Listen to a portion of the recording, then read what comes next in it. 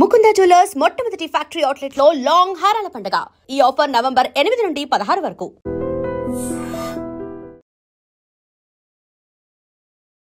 నమస్కారం, welcome to I dream. ధర్మ మార్గం విత్ విజిత కార్యక్రమానికి స్వాగతం.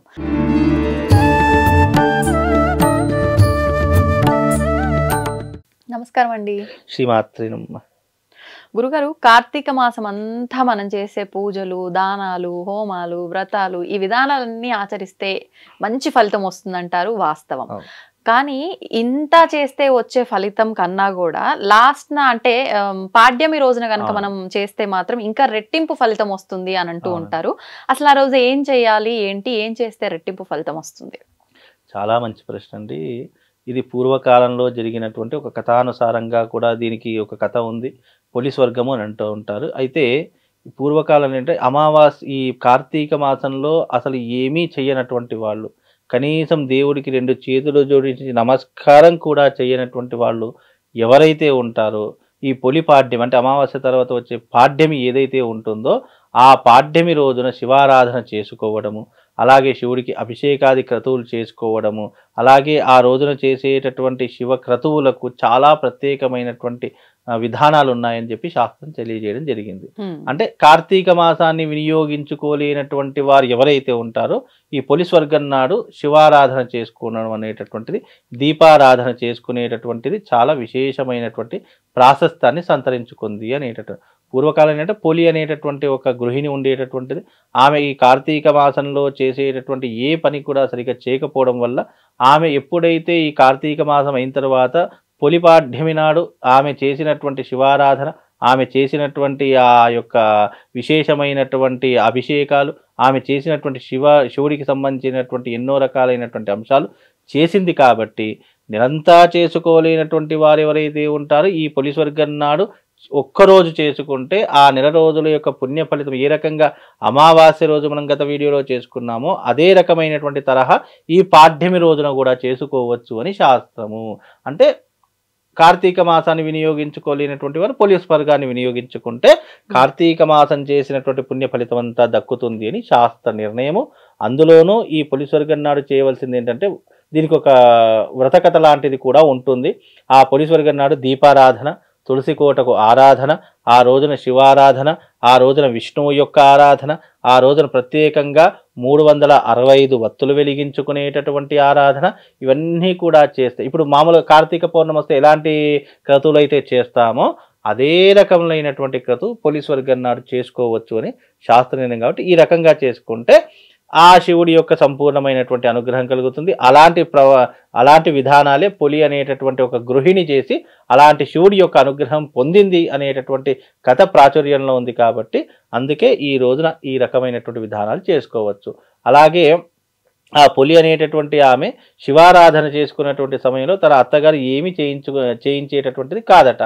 అందుకే శివారాధన చేసుకోవడానికి ఎన్నో అడ్డంకులు వస్తూ ఉంటాయి. ఆ అడ్డంకులన్నీ దాటుకొని ఈ పొలి స్వర్గం నాడు ఎవరైతే తూచా తప్పకుండా భగవతారాధన శివారాధన చేసుకుంటారో వాళ్ళకు తప్పకుండా కైలాస ప్రాప్తితో పాటు ఈ కార్తీక మాస పుణ్య ఫలితం అంతా ఒక్క దానిలోనే లభిస్తుంది. అదే పొలి స్వర్గము. అలాగే ఆ రోజున చేయవలసింది ఏంటి అని అంటే గనక ముఖ్యంగా ఒక అరటి డొప్ప మీద దీపం వెలిగించి పారేటటువంటి నీళ్ళలో కానీ నదిలో కానీ సమర్పించడం అనేటటువంటిది కూడా మనకు ప్రాచుర్యంలో ఉంది. అది పొలి స్వర్గం నాడు చేస్తే ఇంకా విశేషమైనటువంటి పుణ్య ఫలితాలతో పాటు అలాగే ఆ రోజున గంగా స్నాన విధి తప్పకుండా ఆచరణ చేయాలి. అలాగే ఆ రోజున బ్రహ్మ ముహూర్తంలో లేవాలి, ఉపవాస దీక్షతో ఉండాలి, బ్రహ్మచర్యత్యాన్ని పాటించాలి. అలాగే ఆ ఇంట్లో ఆ రోజున తప్పకుండా శివారాధన జరిగి తీరాలి అనేటటువంటిది శాస్త్రవచనం. కాబట్టి ఈ దీపారాధనలు, అలాగే దీపం వదిలేటటువంటి విధానాలు, ఆ రోజున పొలి స్వర్గం అనేటటువంటి విధానాలు ఎవరైతే ఆచరిస్తారో, ఎవరైతే అనుసరిస్తారో ఆ శివుడి యొక్క సంపూర్ణమైనటువంటి అనుగ్రహం వాళ్ళ కుటుంబం మీద కలుగుతుంది. ఇప్పుడు ఆ రోజున అంటే మీరన్న అరటి డొప్పలో దీపాలు నీళ్ళలో వదిలే విధానం కూడా చాలా మంది అంటే నెలంతా చేస్తాం 30 రోజులు పాడ్యము కలిపి 31 వదలాలి అంటుంటారు. ఇది వాస్తవం? వాస్తవం అంటే ఇప్పుడు మనకు రోజు ఇప్పుడు నెలంతా ఏం చేసుకోలేరు కదా, ఒకవేళ చేసుకున్నా సరే మనము పోలీస్ వర్గం నాడు 31 దీపాలు వెలగడం వల్ల ఏమవుతుందంటే నెల యొక్క పుణ్య ఫలితం కలుగుతుంది. అసలు ఏమీ చేసుకోలేదు అలాంటి వారు రోజుకొక దీపం చొప్పున మనకు నెలకు 30 దీపాలు అవుతాయి. ఆ 30 దీపాలతో పాటు పోలీస్ వర్గము అనేటటువంటిది కూడా ఒకటి చేరుతుంది కాబట్టి 31 దీపాలు వెలిగించడం ద్వారా విశేషమైనటువంటి పుణ్య ఫలితం కలుగుతుంది అని శాస్త్రవచనం. ఆ 31 దీపాలు కూడా విశేషంగా మనము పూజ చేసి వదలాలి. మామూలుగా ఏదో దీపం వెలిగించాము వదిలేసాము అనేటటువంటిది కాదు. సంకల్పపూర్వకంగా ఆ దీపాలు నీటిలో వదిలితే దాని యొక్క పుణ్యం పురుషార్థం అనేటటువంటిది కలుగుతుంది. ఆ రోజున చాలా మంది 365 వత్తులు కూడా వెలిగిస్తారు. అంటే ఈ మనకు నెల రోజుల పాటు 31 రోజు ఎలాగైతే అవుతుందో సంవత్సర కాలం మొత్తం దీపాలు కూడా వదిలేసేటటువంటి ఆచారం ఉంటుంది. ఆ రకంగా కూడా చాలా మంది ఆచరిస్తూ ఉంటారు. విశేషంగా ఆ రోజున స్వామివారికి నైవేద్యాది క్రతువులు చాలా మంది వినియోగిస్తూ ఉంటారు. ఇది కూడా అందులో ఒక భాగంగా చేసుకున్నటువంటిదే కాబట్టి ఆ రకంగా 31 దీపాలు వెలిగించడం ఆచారం పద్ధతి అలా ఉంటుందమ్మా. ఇప్పుడు ఈ రోజుతో ఇంకా కార్తీక మాస వ్రత దీక్ష ముగిసినట్టేనా అండి? అంటే నెలంతా నియమాలతో ఉంటారు కదా, ఈ రోజుతో అయిపోయినట్ట, ముందు రోజు అమావాస్యతో అయిపోయినట్ట? అమావాస్యతోనే ముగుస్తుంది. అమావాస్య అయిపోయి మరునాడు తోనే అమావాస్య అయిపోయిందంటే ఇక కార్తీక మాసం ముగిసినట్టే అయిపోతుంది. కాబట్టి కార్తీక మాసం ముగిసింది అంటే ఇక అందరు మళ్ళీ మొదటి జీవితానికే వచ్చేసారు. మద్యము మాంసము అన్నీ ఇక తీసుకుని నిజానికి ఏంటి అంటే కనుక మనకు భగవంతుడు ఎందుకు ఇలాంటి పరీక్షలు పెడుతున్నారంటే నెల రోజుల పాటు నువ్వు నీ మనసుని కంట్రోల్ చేసుకున్నావు కదా, అలాగే మధుమాంసాలకు కానీ మద్యానికి కానీ లేదా వ్యసనాలకు కానీ ఇంకా దూరంగా ఉండడం వల్ల నీ జీవితం ఇంకా బాగుంటుంది అనేటటువంటిది అర్థము. ఇంకా ఇంకోటి విషయం చెప్పాలంటే ఇప్పుడు మాలలో ఉన్న వాళ్ళు ఉంటారు, ఎంతో భక్తి శ్రద్ధలతో ఉంటారు. ఎందుకు కేవలం ఆ 41 రోజులు అనేటువంటిది కాకుండా ఈ 41 రోజు ఇంత పుణ్యాన్ని సంపాదించుకున్నావు, నీ మనసుని ఇంత కట్టడి చేశావు కదా, ఇదే కట్టడి మునుముందు కూడా కొనసాగించుకోవాలి అని మాలలో ఉన్నటువంటి అర్థం తప్ప చాలా మంది ఇదే పొరపాటు చేస్తారు. ఇక కార్తీక మాసం అయిపోయింది కదా, ఇక మనం అలవాట్లు మొదలు పెడదాము, మాల తీసేసాం కదా తెల్లారే అలవాట్లు మొదలు పెడదాము. మనిషి నియంత్రించుకోవడానికి ఏర్పడినటువంటిదే మాల అని అర్థము. ఆ మాలను అర్థం చేసుకోకుండా 41 రోజు ఉంటే చాలా నాయన అని చెప్పేసి మనం నిమ్మకు నీరెత్తకుండా ఉన్నాం అనుకోండి, అది ఎప్పటికైనా మనిషికి మళ్ళీ కామక్రోధ లోపాన్ని మాల ఎందుకు వేసుకుంటాం? కామక్రోధ లోపమోహ మదమాచరణ తగ్గించుకోవడానికి. ఉపవాస దీక్ష ఎందుకుంటాము? కార్తీక మాసం వచ్చిందంటే నియమనిష్టలతో ఎందుకుంటాము? ఇది అదృష్టమైనటువంటి మాసము.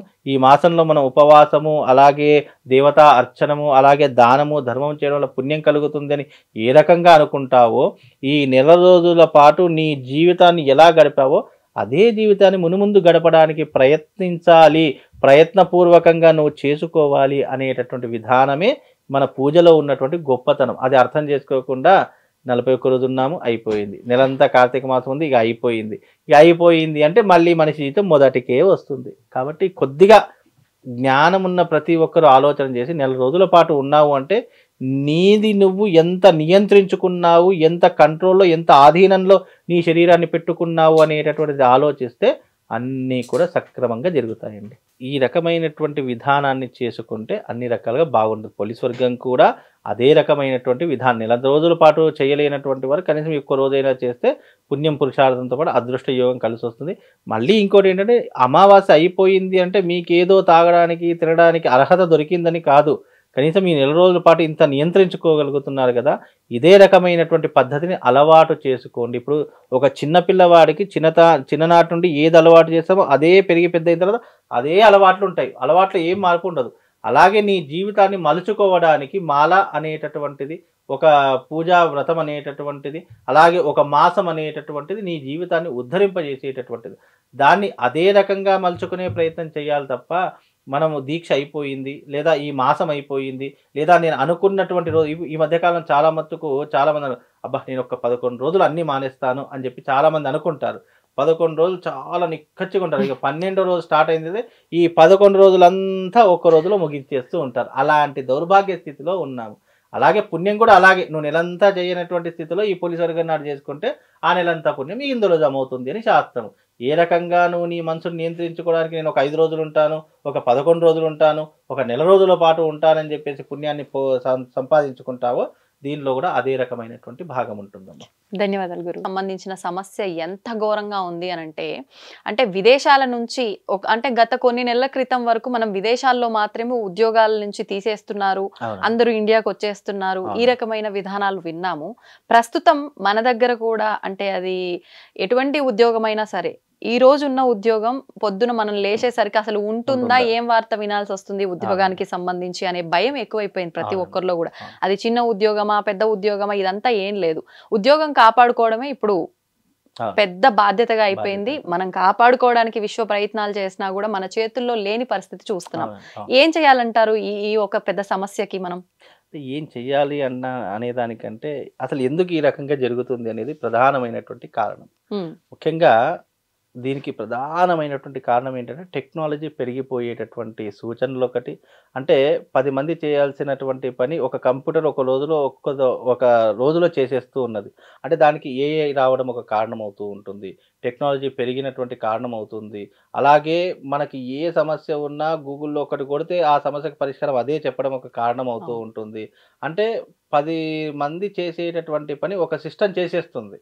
సిస్టమ్ చేసేటప్పుడు ఆ 10 మంది మనకి ఎందుకు అవసరం అవుతారు అనే ఒక మైండ్ సెట్ రావడము దీనికి చాలా ఘోరమైనటువంటి ఇబ్బంది.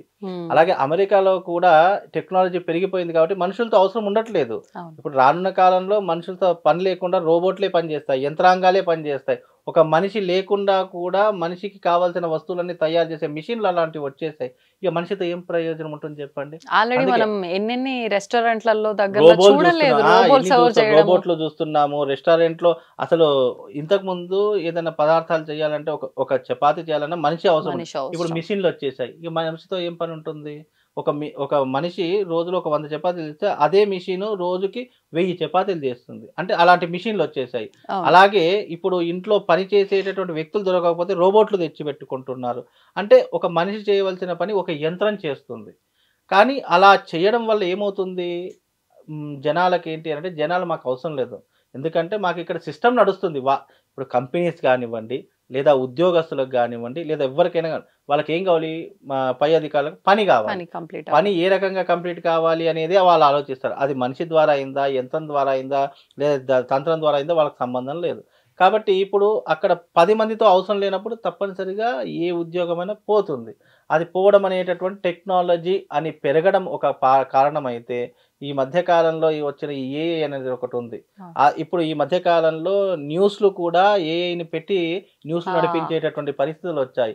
యూట్యూబ్లో కూడా చూసుకున్న, సోషల్ మీడియా మాధ్యమాల్లో చూసుకున్న, లేదు అని అంటే కనుక పెద్ద పెద్ద శాటిలైట్ ఛానల్స్లో చూసుకున్న, ఏఐ ద్వారా కూడా మనం రన్ చేసేటటువంటి సిచ్యువేషన్స్ వస్తాయి. ఇంకా రాబోయేటటువంటి కాలంలో ఉద్యోగాలు దొరకడం కాదు కదా, అసలు ఉద్యోగం అంటేనే కనిపించకుండా మాయమైపోతుంది రాబోయేటటువంటి కాలం. అసలు మనిషితో పని లేకుండా జరిగేటటువంటి సిచ్యువేషన్స్ అలాంటివి చాలా మట్టుకు జరిగేటటువంటి దౌర్భాగ్య స్థితులు వస్తున్నాయి. అందుకే ఉద్యోగాలనే తుమ్మితే ఊడిపోయే ఉద్యోగాలు అయిపోయాయి ఇప్పుడు. మీరు అన్నట్టుగా చాలా మంది ప్లానింగ్ చేసుకుంటారు, అరే పలానా నాకు నెలకి ఇంత వస్తుంది ఇన్కమ్, దీన్ని ఏ రకంగా దేనికి వినియోగించుకోవాలి, దేనికి మెయింటైన్ చేసుకోవాలని ఆలోచించే మధ్యతరగతి కుటుంబాల వరకు, ఉన్నత కుటుంబాల వరకు అందరూ ఒక ప్లానింగ్లో ఉంటారు. కానీ అది ఎంతవరకు? ఆ వ్యక్తికి ఉద్యోగం ఉన్నంతవరకు, ఈ నెలంతా ఇన్కమ్ వచ్చేంత వరకు మాత్రం ఉంటుంది. అది రేపు అయిపోయింది అనుకోండి, కుటుంబం చిన్నాభిన్నం అయిపోతుంది. కుటుంబంలో అలజడులు మొదలవుతాయి, కుటుంబంలో ఆర్థిక పరిస్థితి చిన్నాభిన్నం అయిపోతూ ఉంటుంది, గొడవలు మొదలవుతాయి, డబ్బులు కట్టలేక లేదా ఉద్యోగాలు దొరకలేక, అసలు మనిషి జీవితమే గడపలేక అనేక రకాల దౌర్భాగ్య స్థితులు మొదలవుతున్నాయి. అది టెక్నాలజీ అనే ఒక పేరుతో చాలామంది మోసపోతూ ఉన్నారు. అలాగే ఇప్పుడున్నటువంటి కాలంలో ఉద్యోగము కాపాడుకోవడం చాలా కష్టంగా మారిపోయింది. ఇక దాన్ని మనము కాలంతో అంచనా వేస్తే దాన్ని మార్చేటటువంటి శక్తి మన దగ్గర లేదు. కానీ ఇక ఎంత టెక్నాలజీ పెరిగినా మనిషి యొక్క విధానం అయితే ఎవరికైనా కావాల్సింది. మనిషి లేకపోతే ఎవరికి ఏమీ నడవదు. కాకపోతే తగ్గించుకుంటున్నారు అంతే. ఉద్యోగాలు లేవు అని కాదు, రావు అని కాదు. కాకపోతే 10 మందితో ఉద్యోగం చేసేదానికంటే అరే నాకు 2 ఉంటే నడుస్తుంది, కాలం వెళుతుంది, నా యొక్క వ్యవస్థ నాకు నడుస్తుంది అనే మైండ్ సెట్ పెరిగిపోవడం వల్ల మీరు అన్నట్టుగా ఉద్యోగాలు తగ్గిపోతున్నాయి. ఇంకా రాబోయే కాలంలో ఇంకా తగ్గిపోయేటటువంటి లక్షణాలు ఉంటూ ఉంటాయి. కాబట్టి ఎంతకైనా కాస్త జాగ్రత్తగా ఉండే, అందుకే నేను ఎప్పటికైనా చెప్తాను, మనిషికి ఒక ఇన్కమ్ కాదు, సెకండ్ ఇన్కమ్ కూడా చాలా అవసరము. చాలా మంది అప్పుడు చెప్పినప్పుడు మీలాగా 10 లేవు కదా అని చెప్పి నా మీదనే సెటిల్ చేసినటువంటి జీవితాలు చాలా ఉన్నాయి. మనిషి జీవితంలో ఎప్పుడు ఏది ఎప్పుడు ఉంటుందో ఎప్పుడు కూడా తెలియదు. అందుకే సెకండ్ ఇన్కమ్ అనేటువంటి ఉద్యోగం ఉంటుంది, అది ఎంతవరకు ఉంటుందో తెలియదు. ఒకవేళ వృత్తి ఉంటుంది, అది నడుస్తుందో నడవదో గ్యారంటీ లేదు. కాబట్టి పర్మనెంట్ ఇన్కమ్ సోర్స్ అనేది ప్రతి మనిషి జీవితంలో ఏర్పరచుకోవాలి. ఏది ఉన్నా లేకపోయినా, అరే నెలకు నేను ఏం చేసినా చేయకపోయినా ఇంట్లో కూర్చున్నా నా భార్య పిల్లలకు నాకు జీవితంలో సరిపడా ఇన్కమ్ నాకు ఇంత వస్తే నేను బ్రతకగలుగుతాను అనే ఇన్కమ్ ప్రతి ఒక్కరు, అంటే భూమి మీద ప్రతి ఒక్క జీవి, ప్రతి ఒక్క మనిషి దాన్ని ఏర్పరచుకుంటే మనిషికి టెన్షన్స్ ఉండవు. టెన్షన్ లేకపోతే హెల్త్ బాగుంటుంది, హెల్త్ బాగుంటే ఆరోగ్యంగా ఉంటాం, ఆరోగ్యంగా ఉంటే హాయిగా 10 సంవత్సరాల్లో బతికేది ఇంక 20 సంవత్సరాలు ఎక్కువ బతుకుతాం. ఒకదానికొకటి అన్నిటికీ ముడిపడే ఉందండి జీవితము. కాబట్టి సెకండ్ ఇన్కమ్ అనేటట్టు ఎప్పటికైనా ఉండి తీరాలి అనేటటువంటిది కాన్సెప్ట్. అలా ఇప్పుడు లేకపోతే మీరందరూ సెకండ్ ఇన్కమ్ అనేటటువంటిది ఆప్షన్ ఎంచుకొని మీరు, ఎందుకంటే కలియుగంలో డబ్బుతోనే ప్రపంచము. డబ్బు ఉంటేనే ఏదైనా నడుస్తుంది. డబ్బు లేకపోతే నీ కడుపున పుట్టిన కొడుకైనా, నీ తోబుట్టువైనా, నీకు బంధువులైనా, మిత్రులైనా ఎవ్వరు వాల్యూ అనేటటువంటిది ఇవ్వరు. అంటే ఇక్కడ వాల్యూ అని డబ్బుతోటని కాదు, డబ్బు ఉంటే నీకు వాల్యూ పెరుగుతుంది, దానివల్ల నువ్వు సుఖపడతావు, నిన్ను చూసి 10 మంది ఆదర్శంగా ఉంటారనేటటువంటిదే తప్ప ఇక్కడ డబ్బు ఉంటే హీనంగా చూస్తారు, లేకపోతే కానీ కాదు. డబ్బు ఉంటే నీకు మర్యాద పెరుగుతుంది. ఈ మధ్యకాలంలో అన్నీ అవే చూస్తున్నాను. డబ్బు ఉంటేనే చుట్టాలు, బంధువులు, మిత్రులు, ఫ్రెండ్స్ అందరూ వస్తారు. డబ్బు లేకపోతే కనీసం ఫోన్ లేపడానికి కూడా అవకాశం ఉండనటువంటి సిచ్యువేషన్. అంటే లోకం తీరు, అది లోకం తీరు అలా నడుస్తుంది, దాన్ని మనం ఏం మార్చలేము. కాబట్టి కనీసము ఉద్యోగం అనేటటువంటిది ఎలా ఉంటుంది అంటే, నెలంతా కష్టపడి ఆ నెలాఖరికి వచ్చే ఆ జీతం డబ్బులు దానికోసం ఎదురుగా అంటే ఆశ చూస్తూ ఉంటాము. అది ఒకవేళ పోయిందనుకోండి, ఇక జీవితంలో దానికంటే నరకప్రాయం లేదు. నెల వస్తుందంటే ఈఎంఐలు, రెంటులు, ఇంట్లో ఉన్నటువంటి కరెంట్ బిల్లు, వాటర్ బిల్, ఇక్కడ లేని కష్టాలన్నీ గుర్తుకొస్తాయి. రెడీగా ఉంటాయి, రెడీగా ఉంటాయి. కాబట్టి ఇన్కమ్ అనేది ఎప్పటికైనా, అందుకే పెద్దలు ఒక మాట చెప్పేవారు, 4 రాళ్ళు సంపాదిస్తే 2 రాళ్ళు వెనకకు వేసుకోవాల్సిందే. ఎందుకంటే నీ కష్టకాలంలో అదే నిన్ను రక్షిస్తుంది అని చెప్పేసి. అది ఎవరు పాటిస్తున్నారో చెప్పండి. చాలామంది ఏమనుకుంటారు అని అంటే, ఒక మాట, ఈ రోజు ఉన్నావు కాబట్టి ఈ రోజు జీవితమే చూసుకోరా నాయన, రేపటి జీవితం రేపు ఉంటావు, రేపటి జీవితం ఉంటావని భరోసా ఉంది కాబట్టి నీకు 4 రాళ్ళు వెనుక వేసుకోమని చెప్పారు తప్ప, ఈ రోజు నేను సంపాదించి ఈ రోజు ఉంటే చాలరా నాయన అనుకునే ప్రతి ఒక్కడు ఫర్దర్గా కష్టపడాల్సినటువంటి తత్వమే ఏర్పడుతుంది. కాబట్టి ఈ రోజు కాదు, రేపు భవిష్యత్తు నువ్వు ఆశపడి సంపాదించుకొని దాచుకో, అది ఎప్పటికైనా నేను కాపాడుతుంది. ఇప్పుడు మీరన్న ఈ విధానము అంటే ఎంత వస్తే అంత దుబారా చేసే వాళ్ళకి మాత్రమే వర్తిస్తుంది. అంటే సేవ్ చేసుకోకుండా మీరు అన్నట్లు రేపు ఉంటానో లేదో తెలియదు, పడుకొని తెల్లారి లేస్తే అన్నట్టుగా. కానీ చాలా మందికి వచ్చే ఇన్కమ్ వాళ్ళ కనీస అవసరాలకు కూడా సరిపోకుండా మళ్ళీ అప్పులు చేసుకునే విధానం ఉన్న వాళ్ళకైతే ఇది వర్కౌట్ అవ్వదు. అండ్ మీరు చెప్పినట్టుగా సెకండ్ ఇన్కమ్ అట్లా ఆలోచించడానికి అన్ని వ్యవస్థల్లో ఇది కుదరదు. ఇది కుదరండి, 100% కుదురుతుంది. మనిషికి కుదరదు కాదు అని చెప్పే మాటలు ఏంటంటే, దాన్ని దాటేయడానికి, దాన్ని తప్పించుకోవడానికి. ఎందుకు కుదరండి? ప్రతి మనిషి ఇప్పుడు కష్టపడితే డబ్బు వస్తుందని ప్రతి ఒక్కరు అంటారు కదా. మరి ఆ కష్టపడేటువంటి డబ్బు ఎందుకు నిలవట్లేదు అని అంటే, మనిషి మైండ్లో ఏం ఫిక్స్ అవుతుందంటే, నెలకు నేను ఒక 50,000 సంపాదిస్తా కాబట్టి ఈ 50,000ని దీనికి అన్నిటికీ క్యాలిక్యులేషన్ వేసుకోడు. 50,000కి 50,000 నువ్వు ఖర్చులకు లెక్క పెడితే జమ ఎక్కడి నుంచి ఉంటుంది? 50,000 వస్తున్నాయి, ఒక 30,000 దీనికి పోయినా 20,000 మిగులుతాయి అని ఆలోచించే ప్రతి ఒక్కడికి అది సాధ్యపడుతుంది.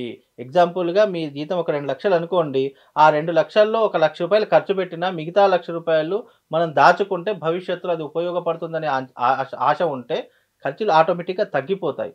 నువ్వు వచ్చేదానికి ఇటు ఖర్చులు కరెక్ట్ క్యాలిక్యులేషన్ వేస్తే ఎక్కడ మిగులుతాయి? అందుకే వచ్చేదాన్ని మనం ఎంతవరకు కాపాడగలుగుతాము అనేటటువంటిది ఒకటి. ఇప్పుడు ఎగ్జాంపుల్గా వ్యాపారం చేసేవాడే ఉన్నాడు. వ్యాపారస్తుడు ఏమనుకుంటున్నాడు అని అంటే, నాకు రోజుకి ఇంత గిరాక్ అవుతుంది, ఈ వచ్చిన దాంట్లో నేను ఇంత నా యొక్క షాపుకు వినియోగించుకుంటా, ఇంత నా పర్సనల్కి వినియోగించుకుంటా, అంటే ఇన్కమ్గా మార్చుకొని దాన్ని సేవింగ్ చేసుకుంటాను అనుకుంటాడు. అదే ఒక ఉద్యోగస్తుడు అనుకోండి, ఉద్యోగస్తుడికి ఏం చేయాలి ఆలోచన? 1,00,000 రూపాయలు వస్తున్నాయి, అందులో నేను ఒక 60,000 పోను, కనీసం ఒక 40,000 అయినా నేను సేవింగ్ చేసుకుందాము అనే ఆలోచన మైండ్ సెట్ ఉంటే దానివల్ల 2 రకాల ప్రయోజనాలు. ఒకటి, ఖర్చులు తగ్గిపోతాయి. రెండవది ఇన్కమ్ జనరేట్ అవుతుంది.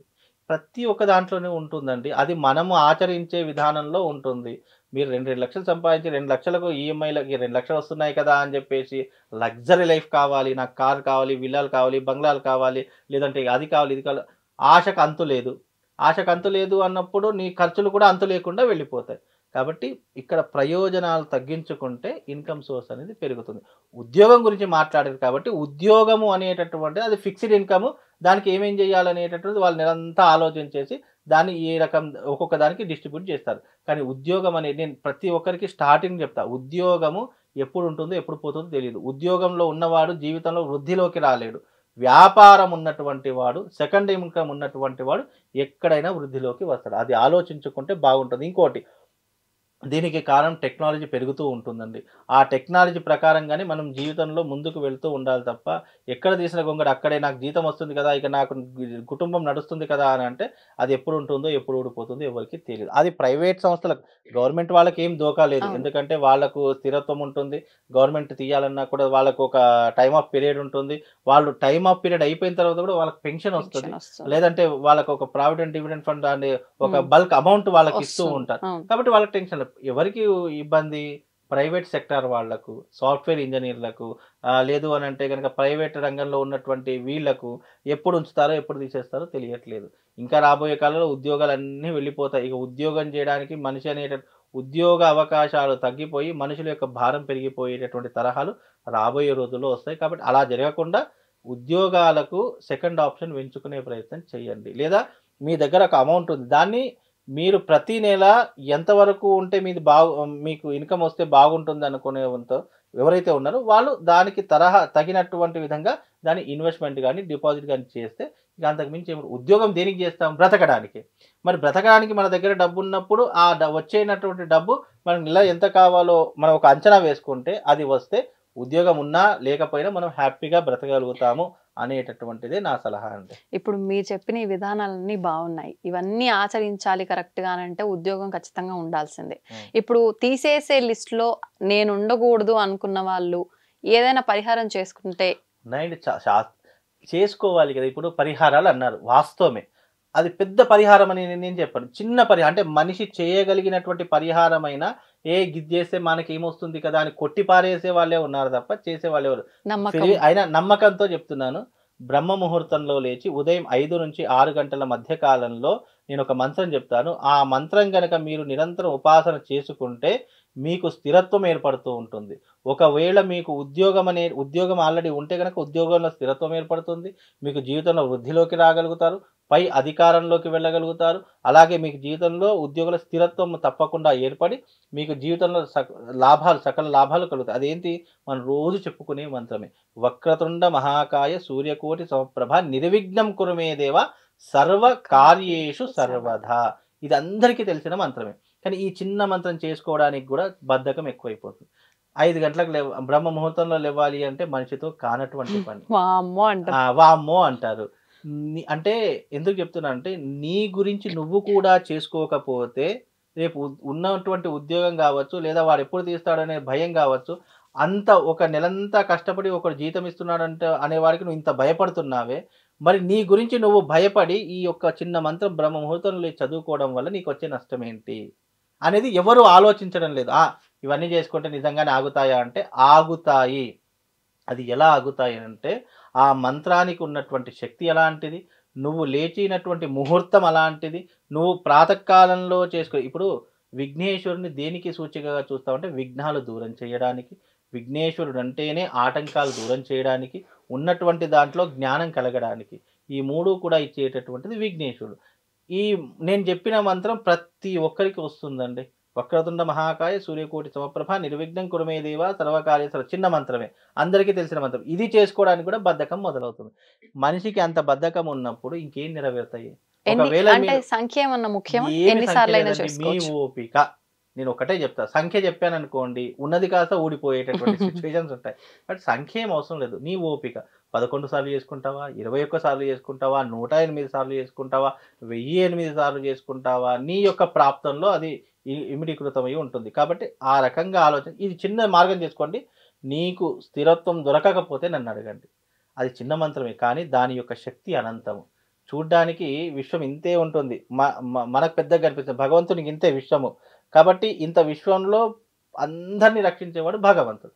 ఆ భగవంతుడు మన మీద దయ చూపించాలి అని అంటే ఆయనను మనం ఇంప్రెస్ చేయాలి. ఇంప్రెస్ చేయాలి అని అంటే ఇంప్రెస్ మీన్స్ నేను వాడుక భాషలో చెప్తున్నాను, ఆయన అనుగ్రహం పొందాలి. అనుగ్రహం పొందాలంటే కనీసం ఈ చిన్న పని తలుచుకుంటూ ఉండాలి.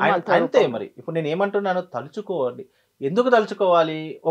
ఒక చెడు సంఘటన తలుచుకున్నాం అనుకోండి, నెగిటివ్ ఎనర్జీ వస్తుంది, ఆలోచనలు చెడు మార్గం వైపు వెళ్తాయి. అదే ఒక మంచిని తలుచుకున్నాం అనుకోండి, పాజిటివ్ ఎనర్జీ వస్తుంది, సన్మార్గంలో వెళ్ళేటటువంటి సూచనలు ఉంటాయి.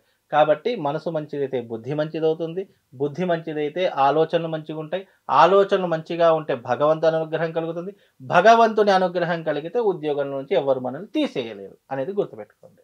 ధన్యవాదాలండి. తవ్వుతూనే శివలింగం సరే దాన్ని అట్లా కప్పేసేయండి, చూపించదండి. Krishna is there. మూర్తి పూజ కాదు, సాక్షాత్ బ్రజేంద్ర నందన భగవాన్ ఉన్నారు మూర్తిలో. ఏమీ ఆశించకుండా ఆరాధించే వాళ్ళు కూడా ఉన్నారా ప్రభుజీ? నిజమైన భక్తి అంటే మనకు తెలియదు కాబట్టి